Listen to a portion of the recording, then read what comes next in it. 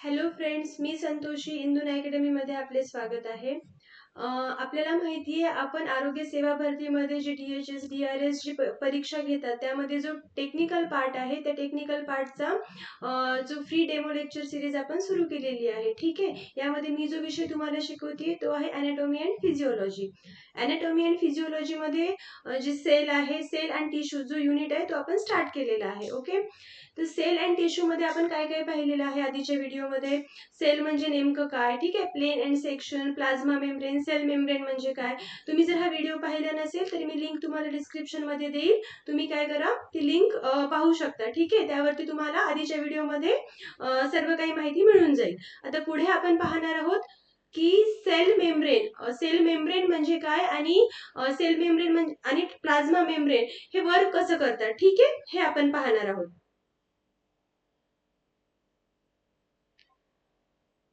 आता ठीक आहे, एक एक्झाम्पल लक्षात घ्या. समजा आपलं आपलं जे बॉडी आहे, आपलं जे शरीर आहे त्याचा अर्थ असा की एक सिटी. ठीक आहे, आणि आपल्या बॉडीमध्ये जी सेल आहे ते असणार आहे आपलं घर. ठीक आहे, जसं आपल्या घरामध्ये कोण येणार आणि कोण नाही यासाठी एक बॅरियर असतं, दॅट इज डोर. बरोबर आहे. तसंच सेलमध्ये काय असतं, जी प्लाझ्मा मेम्ब्रेन आहे ती हेल्प करते. कशासाठी हेल्प करते की कोणते सबस्टॅन्सेस आत आले पाहिजेत आणि कोणते नाही. ठीक आहे, हे फंक्शन जे कॅरी आउट करतं ते कोण करतं, आपली सेल मेम्ब्रेन करते. ठीक आहे, मग हे कसं होतं, ही प्रोसेस काय आहे की कुठल्या प्रोसेसने जे सबस्टॅन्सेस आहेत ते आत आले पाहिजे आणि नाही हे ठरवलं जातं. तर ते असतात, ती कोणती प्रोसेस आहे, ती आहे पॅसिव्ह ऍक्टिव्ह. ठीक आहे, पॅसिव्ह प्रोसेस आणि ऍक्टिव्ह प्रोसेस. आता पॅसिव्ह प्रोसेस म्हणजे काय ते पाहू आपण.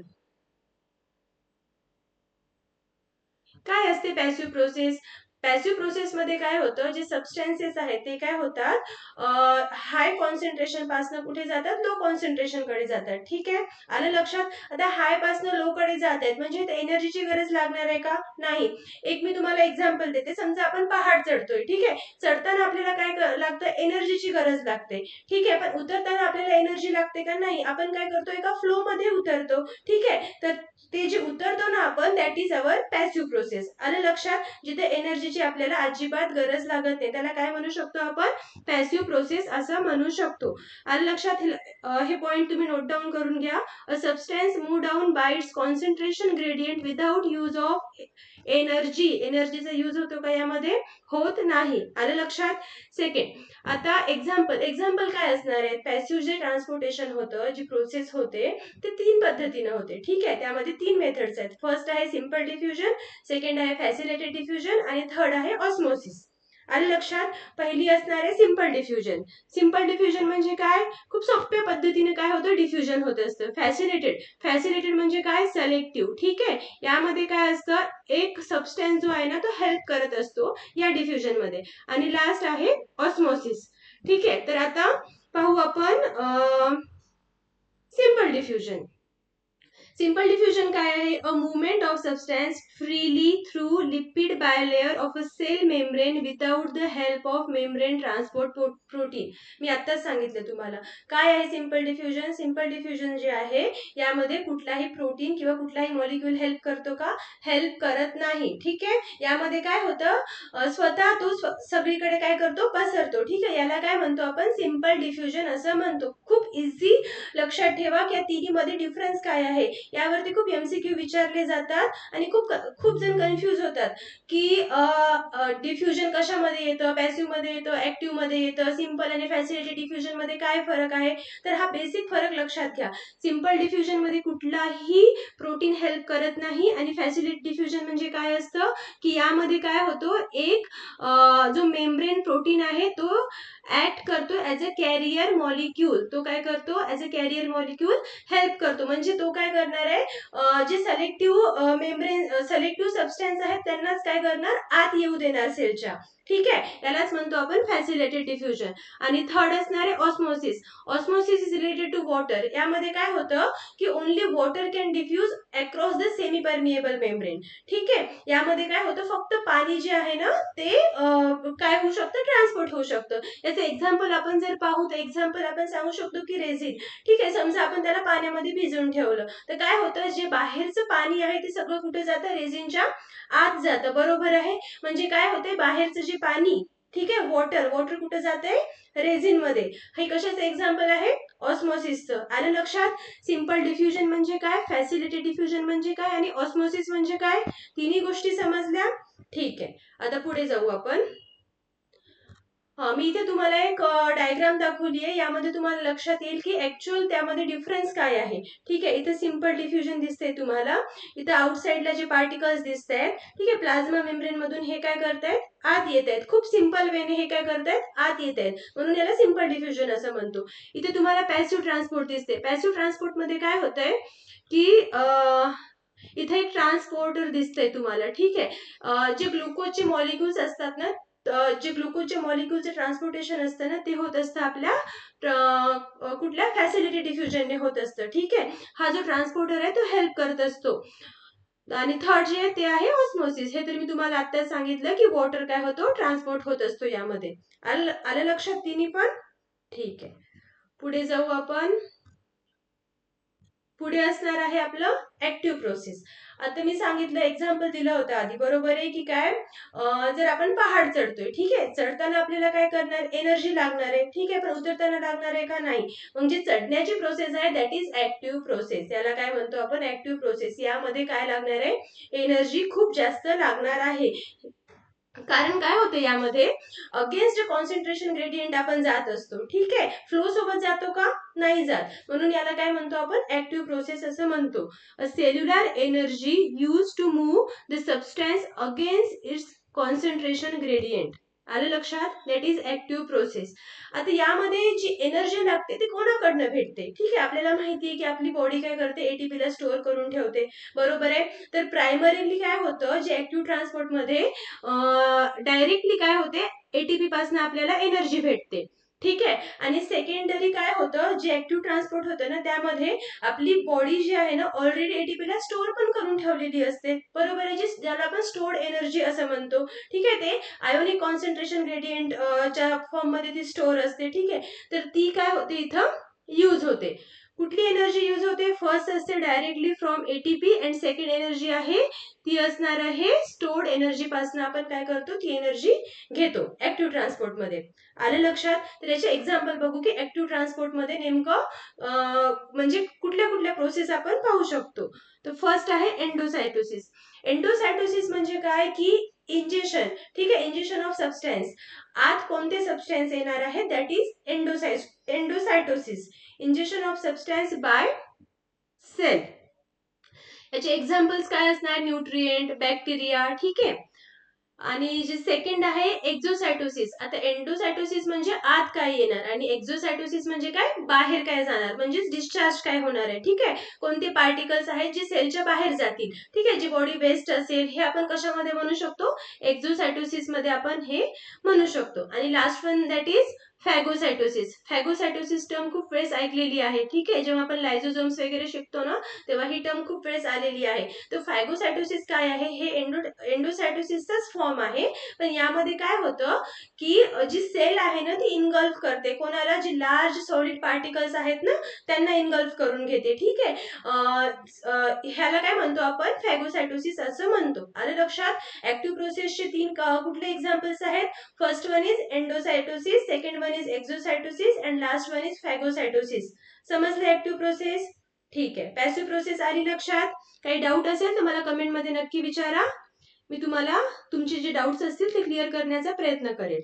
आलं लक्षात. नेक्स्ट जाऊ आपण. इथे मी तुम्हाला एक डायग्राम दाखवलेली आहे ऍक्टिव्ह प्रोसेसची. ठीक आहे. इथं पाहताय तुम्ही की इथं काय आहे, सेलच्या आउटसाइडला काय आहे, हाय कॉन्सन्ट्रेशन आहे. ठीक आहे. हाय कॉन्सन्ट्रेशन ऑफ ग्रेडियंट. आणि सेलच्या आत काय आहे, लो कॉन्सन्ट्रेशन ऑफ ग्रेडियंट आहे. आता जेव्हा बाहेरचे मॉलिक्यूल आतले मॉलिक्यूल जेव्हा बाहेर जातील तेव्हा काय होणार आहे, ऍक्टिव्ह ट्रान्सपोर्ट होणार आहे. आणि इथं काय यूज होणार आहे, एटीपी यूज होणार आहे. ठीक आहे. आत काय आहे, लो कॉन्सन्ट्रेशन आहे. ठीक आहे. तुम्हाला दिसते इथे दोनच मॉलिक्युल्स दाखवलेत आणि इथे किती आहेत, 5 मॉलिक्युल्स आहेत. ठीक आहे. म्हणजे हे लो कॉन्सन्ट्रेशन कडनं जेव्हा आपण हाय कॉन्सन्ट्रेशन कडे जातो म्हणजे एनर्जी जास्त लागेल. आणि इथे यूज होणार आहे या ट्रान्सपोर्टर प्रोटीनचा यूज होणार आहे इथं. ठीक आहे. आणि इथं बाजूच्या पण सेलमध्ये पाहू शकता तुम्ही की इथं काय आहे, बाहेरच्या साईडला काय आहे, लो कॉन्सन्ट्रेशन ग्रेडियंट आहे. म्हणजे इथं काय इथनं काय होतील, प्रोटीन सॉरी जे काही सबस्टन्सेस असतील ते कुठे जातील, आतल्या बाजूला जातील. आणि इथं काय आहे, हाय कॉन्सन्ट्रेशन ग्रेडियंट आहे. आणि लक्षात तुम्हाला दोन्हीमध्ये डिफरन्स काय आहे, सेलच्या बाहेर असो का आत असो, पण जेव्हा काय होणार आहे, जास्त पासनं कमी पासनं जास्त कडे जाणार तेव्हा काय होणार आहे, ऍक्टिव्ह प्रोसेस होणार आहे. ठीक आहे. आता बघू सेल मध्ये काय काय प्रेझेंट असतं. ठीक आहे, सेलमध्ये प्रेझेंट असतं, आपल्याला माहिती आहे की सायटोप्लाझम प्रेझेंट असतं, ऑर्गॅनेल्स प्रेझेंट असतात. तर ते किती किती पर्सेंट प्रेझेंट असतं हे पाहू आपण. आता सायटोप्लाझम म्हणजे नेमकं काय, सायटोप्लाझम म्हणजे all cellular content between cell membrane and nucleus. याला काय म्हणतो आपण, सायटोप्लाझम असं म्हणतो. It has two broad division, that is cytosol and organelles. आता जे सायटोप्लाझम आहे ते दोन गोष्टींमध्ये डिवाइड झालेलं आहे. कुठल्या दोन गोष्टी आहेत, फर्स्ट आहे cytosol and second one is cell organelles. आलं लक्षात. आता सायटोसोल काय असतं, ठीक आहे, आपण एक एक्झाम्पल घेऊ. तुम्हाला सगळ्यांना एग माहितीये, बरोबर आहे. तर ठीक आहे, एग जो आहे, एगचा जो वरचा कव्हर आहे तो असणार आहे तुमचा membrane. Okay, that is membrane. आणि त्यामध्ये जो येलो जो पार्ट आहे, येलो पार्ट असणार आहे तुमचा न्यूक्लियस. ठीक आहे, आणि जो व्हाईट पार्ट आहे, बाकीचा जो व्हाईट पार्ट आहे ते असणार आहे तुमचं सायटोप्लाझम. आलं लक्षात, सायटोप्लाझम म्हणजे काय. ठीक आहे, आता तो असणार आहे इंट्रासेल्युलर फ्लुइड, तो फ्लुइड असतो. आणि तो किती पर्सेंट असतो, तो 55% असतो of a total cell volume. Cell व्हॉल्यूमचा जो आहे ना 55% जो असतो तो सायटोसोल असतो. ठीक आहे, तर यामध्ये वेगवेगळे आयन्स प्रेझेंट असतात, ग्लुकोज प्रेझेंट असतात, अमायनो ऍसिड प्रेझेंट असतात, fatty acid, protein, fats, ATP आणि काही वेस्ट प्रोडक्ट पण यामध्ये प्रेझेंट असतात. ठीक आहे, यामुळे याचा जो इट कंटेन्स आणि किती पर्सेंट असतं हे 75 to 90% प्रेझेंट असतं. आणि इव्हन यामध्ये वॉटर सुद्धा प्रेझेंट असतं. आलं, ठीक, आलं समजलं. ठीक आहे, आता पुढे बघू ऑर्गॅनेल. सेल ऑर्गॅनेल्स काय असतात. ठीक आहे, आता सेल ऑर्गॅनेल प्रेझेंट कुठं असतात, आता जे सायटोसोल आहे, ठीक आहे, जे इंट्रासेल्युलर फ्लुइड आहे, त्या फ्लुइडच्या आत हे सगळे सेल ऑर्गॅनेल प्रेझेंट असतात. आणि आपल्याला माहिती आहे जे आपल्या बॉडीमध्ये जे काही फंक्शन्स कॅरी आउट होतात, त्या फंक्शन्स कोणामुळे होत असतात, सेल ऑर्गॅनेल्समुळे होत असतात. ठीक आहे, तर कोणते कोणते सेल ऑर्गॅनेल्स असतात, एक असतं सेंट्रोसोम असतं, रायबोझोम्स असतात, एंडोप्लाझमिक रेटिक्युलम असतं, गोल्गी ॲपॅरेटस आहे, लायझोझोम्स आहेत, मायटोकॉन्ड्रिया आहे. ठीक आहे, हे सगळे जे सेल ऑर्गॅनेल्स प्रेझेंट असतात सायटोसोल मध्ये. आता आपण या सगळ्या ऑर्गॅनेल्स बद्दल पण माहिती पाहणार आहोत. ओके, हे पण खूप महत्वाचा टॉपिक आहे, यावरती पण एमसीक्यू विचारले जातात. ओके, ठीक आहे, इथे मी तुम्हाला एक डायग्राम दाखवली आहे सायटोप्लाझमची. प्लांट सेल आणि अॅनिमल सेल तुम्हाला डिफरन्शिएट करता येतं, प्लांट सेल आणि अॅनिमल सेल, बरोबर आहे, करता यायलाच हवं. ठीक आहे, आता इथं प्लांट सेल दिसतंय आणि इथं अॅनिमल सेल दिसतंय. तर सायटोप्लाझम कुठं आहे, हे जो ग्रीन पार्ट आहे तो काय आहे, तुमचा सायटोप्लाझम आहे. आणि इथं पण जे तुम्हाला हा पार्ट दिसतोय तो काय आहे, अॅनिमल सेल मधला सायटोप्लाझम आहे. ठीक आहे, इथे एक तुम्हाला मी सेलचं स्ट्रक्चर दाखवलंय, यामध्ये तुम्हाला वेगवेगळे सेल ऑर्गॅनेल्स दाखवलेत की सेल ऑर्गॅनेल्स कोणकोणते आहेत. तिथे पहा तुम्ही, पेरिऑक्सिझोम्स आहेत, लायझोझोम्स आहेत, मायक्रोट्युब्यूल आहे, मायटोकॉन्ड्रियल मेम्ब्रेन, रफ ईआर, हे जे तुम्ही जे हे सगळे नावं ऐकतायत ना, या सगळ्यांचं आपण डिटेल एक्सप्लेनेशन पाहणार आहोत. ठीक आहे, nucleolus, nucleus, chromatin, ribosome, centrosome, smooth ER. ठीक आहे, हे रफ ईआर काय आहे, हे स्मूथ ईआर काय आहे, सगळं आपण इन डिटेल पाहणार आहोत. मायटोकॉन्ड्रिया तुम्ही ऐकलं पण असेल या सगळ्या ऑर्गॅनेल्स बद्दल, पण यामध्ये आपण थोडं डिटेल एक्सप्लेनेशन पाहू. ठीक आहे, ज्यामुळे तुम्हाला तुम्ही जे पेपर देणार आहात त्याला फायदा होईल. ओके, हा, नेक्स्ट जो आहे तो आहे आपला सेंट्रोसोम. ठीक आहे, सेंट्रोसोम असतं काय, सेंट्रोसोम जे आहे ना ते आपलं जे सेल ऑर्गॅनेल आहे ना तो न्यूक्लियसच्या जवळ प्रेझेंट असतो. ठीक आहे, सगळ्यात न्यूक्लियसच्या जवळ जर कुठला ऑर्गॅनेल प्रेझेंट असेल तर तो असतो सेंट्रोसोम. ठीक आहे, आणि हे कशामध्ये असतं, टू सेंट्रिओल, सेंटरच्या आतमध्ये दोन सेंट्रिओल प्रेझेंट असतात. ठीक आहे, आणि याला मेम्ब्रेन असतं का, नसतं. हा काय आहे, नॉन मेम्ब्रेन बाउंड सेल ऑर्गॅनेल आहे. ठीक आहे, इथे मी तुम्हाला ना सेंट्रोसोमची सायकल दाखवली आहे. आता खूप लोकांना ज्यांनी सेल डिव्हिजन व्यवस्थित अभ्यास केला नसेल तरी मी घेईल तुमचा, पण ज्यांनी केलेला आहे त्यांना माहितीये की सेंट्रोसोमचं काम नेमकं असतं काय आणि ते कुठे इम्पॉर्टंट आहे. आणि खूप लोकांना सेंट्रोसोम आणि सेंट्रोमियर मध्ये डिफरन्स कळत नाही. ठीक आहे, जेव्हा स्टार्टिंग फेज असते ना, सेलची इनिशियल फेज असते ना, तेव्हा सेंट्रोसोम असतो आणि नंतर काय होतं, जेव्हा सेल डिव्हिजन स्टार्ट होतं तेव्हा सेंट्रोसोम काय होतो, डिवाइड होतो. ठीक आहे, नंतर तो मॅच्युरेशन फेज मध्ये जातो. जेव्हा आपण G1 G2 ची स्टडी केलेली आहे ज्याच्यामध्ये डुप्लिकेशन होतं. ठीक आहे, सेंट्रोसोमचं डुप्लिकेशन होतं आणि बोथ अपोजिट डायरेक्शनला काय होतात ते स्प्रेड होतात आणि त्यानंतर त्यांचं मॅच्युरेशन होतं. ठीक आहे, हे इन डिटेल आपण पाहू सेल डिव्हिजन मध्ये. तर आता पाहू सेंट्रोसोम काय. An organelle near the nucleus containing 2 centrioles in its centre, it is non membrane bound cell organelle. काय आहे यामध्ये मी एक एक जी लाईन लिहिली आहे ना, ती एक एक लाईन खूप इम्पॉर्टंट आहे. तर यावरती खूप MCQ विचारले जातात. तर तुम्हाला जे काही इम्पॉर्टंट वाटतं तुम्ही ते लगेच नोट डाऊन करून घ्यायचं.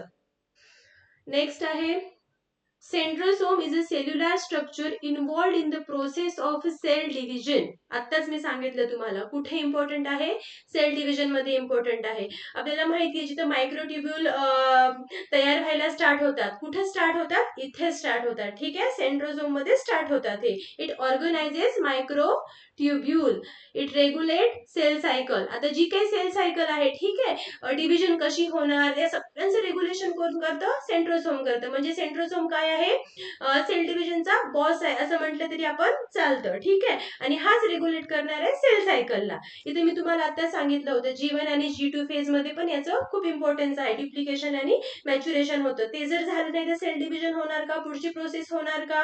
ठीक आहे, प्रत्येक प्रोसेस एकमेकांवरती डिपेंड आहे. ही नाही झाली तर ती नाही होणार. ठीक आहे, त्यामुळे प्रत्येक जो सेल ऑर्गॅनेल आहे त्याचं फंक्शन व्यवस्थितपणे तुम्ही लर्न करून घ्यायचं. ओके, आलं लक्षात सेंट्रोसोम. यामध्ये काही डाऊट आहे, ठीक आहे. इथे मी जी डायग्राम दाखवली आहे ती एक्सप्लेन करते. इथे तुम्हाला मी एक G1 फेज दाखवली आहे, G2 फेज दाखवली आहे. ठीक आहे, G1 फेज मध्ये काय होतं, जेव्हा सेल इनिशियल स्टेजला असतो आणि सेल डिव्हिजन जे स्टार्ट होणार असतं दॅट इज G1 फेज. आणि यामध्ये काय होतं, पुन्हा G2 मध्ये ते कन्वर्ट होतं. म्हणजेच काय होतं, इनिशियल फेज पासून ते मॅच्युरेशन कडे जातं. ठीक आहे, इथे 2 सेंट्रोमियर्स होतात. मग पुन्हा काय होतं, सेंट्रोसोम सेपरेशन अँड डुप्लिकेशन. सेंट्रोसोमचं काय होतं, सेपरेशन होतं. सेपरेशन होऊन काय होतं, त्यांचं डुप्लिकेशन होतं. आलं लक्षात. Single centrosome with mother and daughter centrioles. नंतर काय होतं, एक सिंगल क्रोमोझोम तयार होतो, तो असणार आहे मदर अँड डॉटर सेंट्रिओल सोबत. त्यालाच आपण सिंगल क्रोमोझोम म्हणतो. म्हणजे क्रोमोझोमचं काम काय असणार, क्रोमोझोम काय करणार, ते कशा पद्धतीने डिवाइड होणार, हे सगळं कोण ठरवतं, हे ठरवतं सेंट्रोझोम. ठीक आहे, आलं लक्षात. आता मी ना जेव्हा तुमची MCQ सिरीज स्टार्ट करणार आहे तेव्हा प्रत्येक सेल ऑर्गॅनेल वरती तुम्हाला एक MCQ प्रोव्हाइड करण्याचा प्रयत्न करेल की जेणेकरून तुमचा सेल ऑर्गॅनेलचे एक एक जे ऑर्गॅनेल आहेत ते कव्हर होतील. आलं लक्षात. ठीक आहे, पुढे पाहू आपण आता. रायबोझोम्स काय असतात. रायबोझोम्स काय आहेत, हा एक सेल ऑर्गॅनेल आहे जो बनलेला असतो कशापासनं, रायबोझोमल RNA पासनं आणि प्रोटीन पासनं. ठीक आहे, that is ribosomal RNA means rRNA असं असतं आणि प्रोटीन या दोन मॉलिक्युल्स पासून आपला जो बनतो तो आहे ribosomes. Ribosomes are the site of protein synthesis, site of messenger RNA attachment. Ribosomes कडे काय होतं, खूप इम्पॉर्टंट आहे हा जो टॉपिक आहे ना, हा खूप इम्पॉर्टंट आहे. रायबोझोम्स जी जी साईट आहे ना, ती कशासाठी असते, प्रोटीन सिंथेसिस साठी असते. रायबोझोम्स मध्ये काय होतं, प्रोटीन सिंथेसिस होत असतं आणि यालाच काय म्हणतात, site of messenger RNA attachment. आणि हे कशाला अटॅच असतं, जे mRNA असतं ना त्याला अटॅच असतं. म्हणजे रायबोझोम्स मध्ये सिंथेसिस होणार, mRNA काय करणार, ट्रान्सपोर्ट करणार. कोणा थ्रू करणार, एंडोप्लाझ्मिक रेटिक्युलम थ्रू करणार. ठीक आहे, आणि मग ते कुठे जाणार, ते कुठे जाणार, ते ट्रान्सपोर्टेशन करणार. कशाचं, जे काही प्रोटीन तयार झाले त्यांचं. आलं लक्षात. Ribosomes are mainly situated on rough endoplasmic reticulum. ठीक आहे, आता लक्षात घ्या, ज्या एंडोप्लाझ्मिक रेटिक्युलम वरती रायबोझोम्स प्रेझेंट आहेत त्याला काय म्हणतो आपण, रफ एंडोप्लाझ्मिक रेटिक्युलम म्हणतो. ठीक आहे, आणि ज्यावरती प्रेझेंट नाहीये तो असतो स्मूथ. ठीक आहे, ribosomes on endoplasmic reticulum from protein needed for other specific organelles. आता जे काही रायबोझोम्स एंडोप्लाझ्मिक रेटिक्युलम वर प्रेझेंट आहेत ते का प्रेझेंट आहेत, कारण जे काही बाकीचे सेल ऑर्गॅनेल्स आहेत त्यांना पण यांची काय पडणार आहे, गरज पडणार आहे. आले लक्षात? ठीक आहे. आता बघू फ्री रायबोझोम्स. आता फ्री रायबोझोम्स काय असतील, ते सायटोप्लाझम मध्ये सगळीकडे प्रेझेंट असणार आहे. ओके, ते अटॅच असतात का एंडोप्लाझमिक रेटिक्युलमला? एंडोप्लाझमिक रेटिक्युलमला अटॅच नसतात. ठीक आहे, ते कुठे प्रेझेंट असणार? सायटोसोल मध्ये ऍज अ फ्री रायबोझोम म्हणून प्रेझेंट असणार आहेत. इथे मी तुम्हाला दाखवलंय रायबोझोमचं स्ट्रक्चर. यामध्ये 2 युनिट्स असतात. जनरली जेव्हा ते सायटोप्लाझम मध्ये प्रेझेंट असतात ना, तेव्हा काय असतं, हे सेपरेटली प्रेझेंट असतात. पण जेव्हा प्रोटीन सिंथेसिसची प्रोसेस स्टार्ट होते, तेव्हा काय होतं, हे दोन्ही रायबोझोम्स जे लार्ज सब युनिट आहे आणि स्मॉल सब युनिट आहे, ते दोन्ही काय होतात, एकत्र येतात आणि लार्ज सब युनिट काय करतो, अमायनो ऍसिडला काय करतो, प्रॉपरली अरेंज करण्याचं काम करत असतो आणि रायबोझोमचा जो स्मॉल युनिट आहे तो काय करतो, मेसेंजर आरएनए ला पुढे ट्रान्सफर करत असतो. ठीक आहे, इथे दिसतंय तुम्हाला रायबोझोमचा हा जो आहे तो लार्ज युनिट आहे, हा जो आहे तो स्मॉल युनिट आहे आणि ही काय आहे, मेसेंजर आरएनए. ठीक आहे, आणि हे काय आहे, ट्रान्सफर आरएनए. टी आरएनए म्हणतो आपण त्याला. ती काय करते, आरएनए ला ट्रान्सफर करण्याचं काम करत असते. आता अमायनो ऍसिड का लागतात सांगा बरं मला. आता प्रोटीन सिंथेसिस आपण शिकतोय आणि इथं आपण पाहतोय की अमायनो ऍसिड. मग काय अमायनो ऍसिड का लागणार? प्रोटीन सिंथेसिस आणि अमायनो ऍसिडचा संबंध काय आहे? ठीक आहे, या प्रश्नाचं उत्तर मला कमेंट मध्ये सांगा आणि यापुढे जे काही सेल ऑर्गॅनिन असतील ते मी तुम्हाला नेक्स्ट व्हिडिओमध्ये सांगेन. ठीक आहे, आणि तुम्हाला जर व्हिडिओ आवडला असेल तर व्हिडिओला लाईक करा आणि शेअर करा आणि चॅनलला सबस्क्राईब सुद्धा करा. थँक्यू.